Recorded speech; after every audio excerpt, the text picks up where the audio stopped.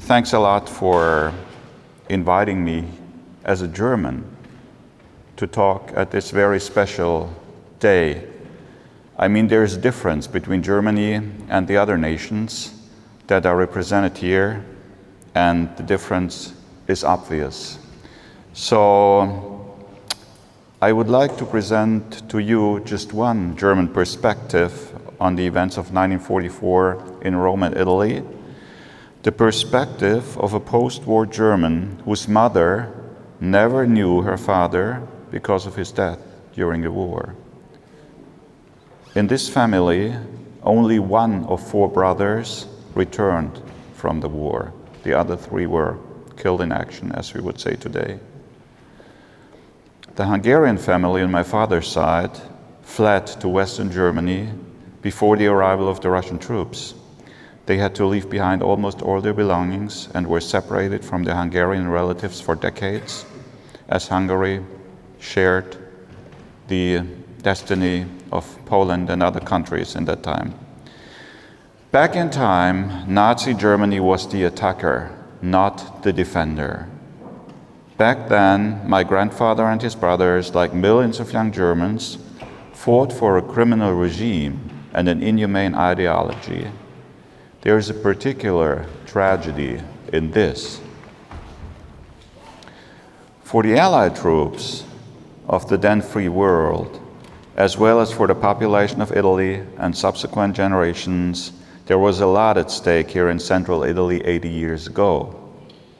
It has been about nothing less than the liberation of Italy from the dictatorial rule of Nazi fascism. And it has been also about the future of Europe, about the liberation from dictatorship, oppression, and racial madness.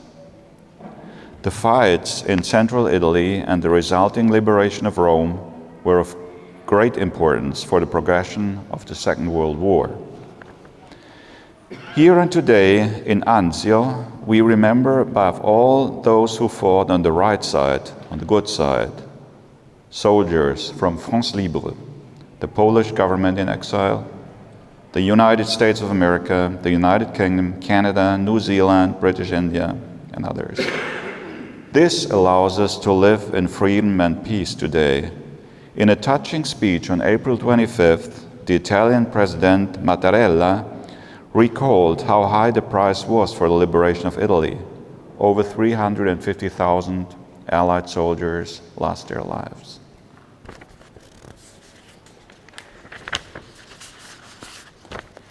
Every single cross in the military cemeteries in Nettuno, Cassino, and other places in the region reminds us of this.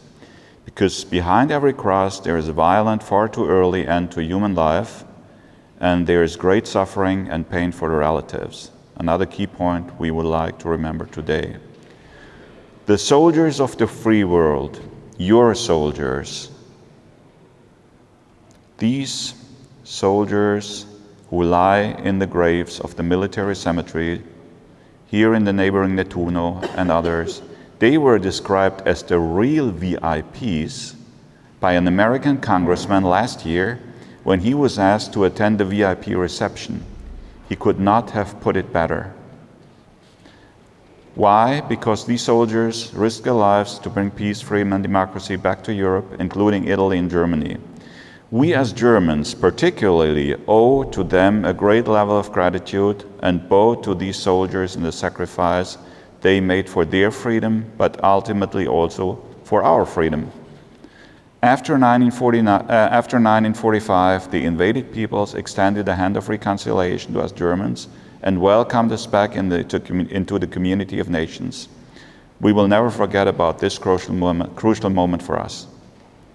Once enemies back in time, today we remember together in Anzio, including the residents of this region, whose relatives became victims of the war. Together we remember the fallen soldiers and the civilian victims.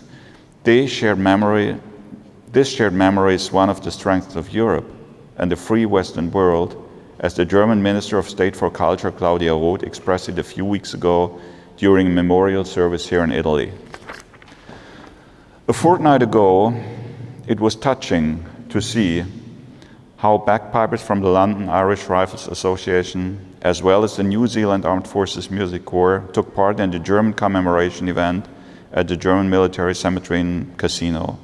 For this, on behalf of the German War Graves Commission and the German Embassy in Rome, I would like to thank once again Mr. Edmund O'Sullivan. Thank you, Eddie.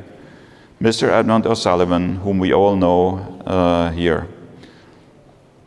In addition, this international participation was a big step forward regarding the spirit of a shared remembrance.